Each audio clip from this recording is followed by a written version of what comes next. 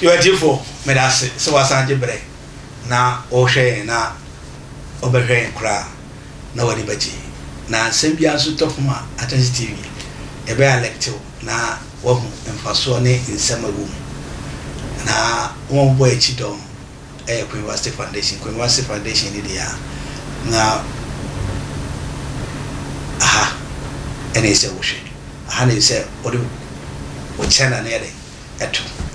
Mamichia Ghana, Manina, Ghana, Reformina, Namizamo Kai said, a train of young Christian, you may have for your daddy about of it, a crocodile now, now sending a womb piano, na akapiano. We are about to lift the glory of God.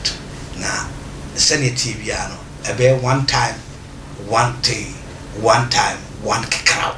Over tea, I love you, I'll kiss you.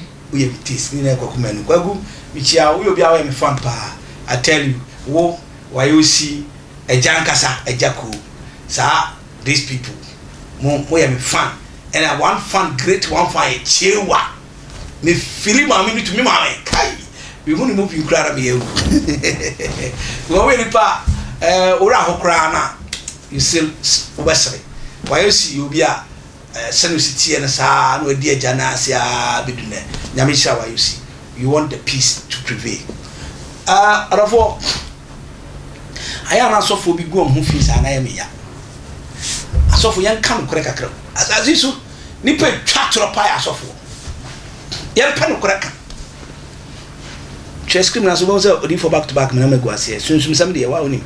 But as of where goes to Gracie Ministry, maybe Joe. But what is over Bannerman obey Tassus some? Oh, Fremia, or my own yashi. Mamusuna Pajamona. Ebenja. Jimmy, Yame can say Nancy, a year Obofour, and a year papa Adom Kyei. Penimoa. I won your medium, a bunisa, Emma, Iwunsa Cascasa Abomuntem. Now Obofour a Tomana, Adom Kyei. Now Adom Kyei and Sabbath to bomb. Now Suswampa said. Penny wa muhu an krama tafre wanu. Penny wa muhu an krama tafre wanu. Ye nimse papa be ko mu se no Obofour kaka hwe. Na me nyane ntie se mahu se ye papa Adom Kyei bia ase Obofour be bo obosia e wo no. No ba akra wo ma ni so bolo no me. Papa me bi sase sika ne yesen. Se wonti me am fa matu dwa de papa ne me pa cha wo ya mistake. Because nyame adwuma na mo yere pacho enye adapatwani nyamo wetire meka skumasa sofo akam kakra ebisabe ebi nim nyansa bi su nim nyansa ebi ti nyame adwuma ase ebi nti ase a senior prophet upambo Michel, I admire you so much with teach me show when it you be what you are and hoti upambo any part. Why nyame adwuma with a respectful way. And Subon said, Nipa bia be wuram papa. Adom Kyei bia we pani. Nyame bi wa ya mama nkwara ni pushi ma meka. Ni wa edit video kresa kasa no yi free. Mama metena ma yem pushi ma onka. E pa cho, ya tama ko funa de ko tumfo ni sabi na buru na mesre wo wani mo a. So ya tama ko funa de ko tumfo ni ko so ya. Me pa cho mo ya asantefo adishio. Obofour free na bi fufuro. Adom Kyei bia papa unso free na bi fufuro. Mo nyina mo taba ko fra ko so ya wo tumfo anim. Asante man na mo gu hu fi. Obi ba bobo senti den. Papa we case. Say am paso Obofour manim so bolo ha me pa chawo. E case. Say am paso bobo sia me pa chawo e case. Uma ni bia fasika na betu bia. So Obofour so ko bobo sia Adom Kyei bia ha me pa chawo. Ene me pa chawo susu na cassette ya. No pani oni hwe kura wa betwe. Say Adom Kyei bia so e nipa na piapian but and papa mama kan ko wa no ho na ye tan do ko na ko yi. Papa momu yi ma na baba nyeska bia. I say me fit tan bisa. Ma ye yi ma wo. Papa de fro baba bre fi si twa da de mu to bia beto ka kama. Na wo de anu yi betan da de.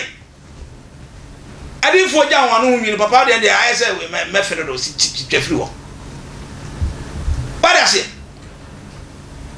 Obofour so eyo bia okasa emanyama wodi yawo na ekasa papa obi abaji busia wanu nche so tumi kasa o ahunche de obi aso papa dum che bi ka kire wo ti obetuma kasa mo obusia da wasase weso wana ka kire wo school time kra ko sre tofi school time wo sre tofi school time obi twa biane ma wodi e eno be ya difo mi bi saw a ni pampim ba hoyi obetimi amakwan se sa di pan mra ma tobi manidi ani ti e wanada we so awon so de ba fa so abo nipa enye nipa ba bo nyina na etwa se omo baba de na se brewo omo kra be so retia nti nyame adwuma na mo ye mo ma honte nyame adwuma mo ma honte because enye fe en se no nyam si esi etie hudi ni etie ho ase a ene ye hwe se ne ye bia ibiri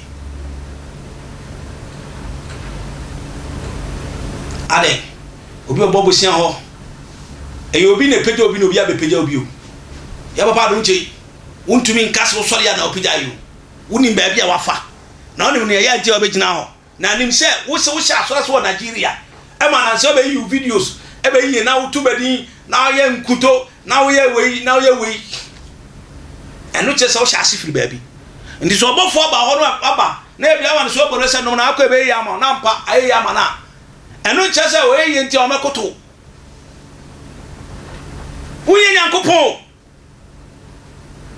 asrofa no suya obubodin kaba yi so Obofour se me nwane asrofa no suya enye fosu enye nche ana sunsum ntokwa na mokun ni amede bi titi ase na bi ti ase se e sunsum ntokwa na mokon mo pritumi wo sunsum papa wanyine ne jasa enna ya papa to kojo wachi shata wa posi wo so papa wa no akoti akoto kojo wachi hwe nyame adwuma o chase enna wa no akoti akoto kojo wachi ade ya yana sana ame ya kana sana ame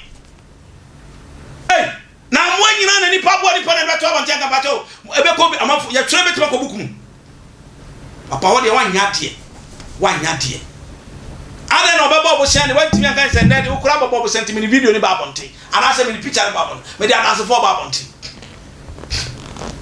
so fo bi a shasia adwuma ne tan ni so a otu anamo ekoso funds enka Elia odifo wawu o kan according to 2 Kings na 4 verse down na odifo no wi ne yere ko Elia ho Elisha o se owura wakoa bewu no wanyahwe ti eba fa na makosia no wakobobo sia ti eba fa na makosia no odifo no bisanse nti wonni hwe wo ho o se da bi ukura nyahwe o se oja the bottle of oil o se kona ko fabra the Bible so body mo ne ba odifo no nchen o se mon kokko she pro mon ko se ntotoro wan bares nyina wo brono so no mo se brono so mbare nyina no mo yo se mo hye de no mo hwie o mo hwie ama nyina ye ma the last one ye ma we ne twai na me difo e pa dum chedua e wubuo ma pa be se o ma nkoda na be piepie mo abetan publishing TV so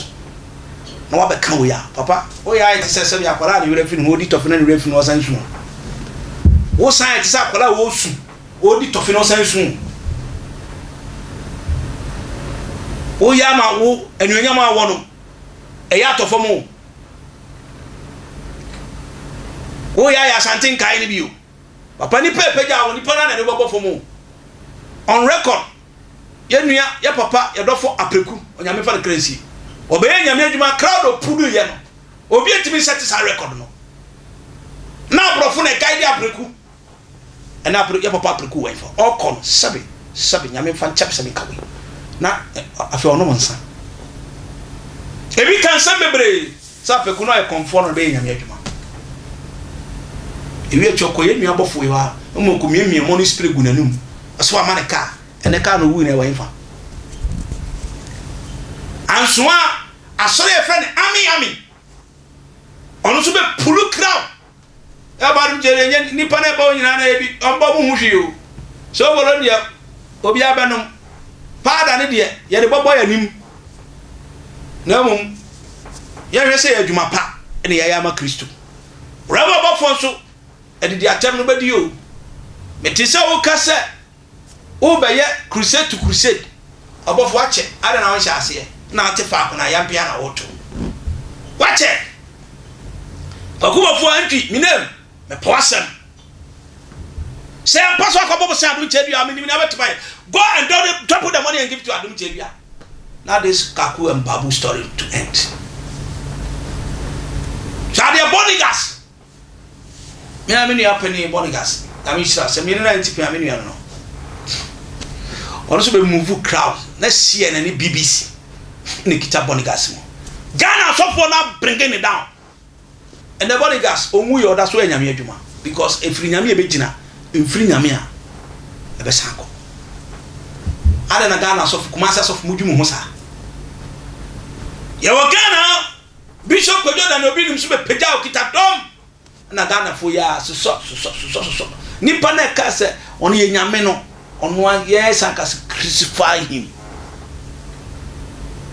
Rollins ba dia friend Junior Jesus Rollins kon yes so in papone fo ona bo kana Japan e be ton ase Rollins nyame be twia ne kamae ni tini ba wo so saa e wo no station na 2 and then Rollins we and Ghana for say Rollins ti ase anka sa ta me hia Rollins ade Ghana for motesa mo hu fofura no mapodada papa Adom Kyei bia Antoni Kojebo achi bayo na ka bia no anko Antoni Kojebo achi picture no Obofour to form good traffic nyina Antoni Kojebo achi sticker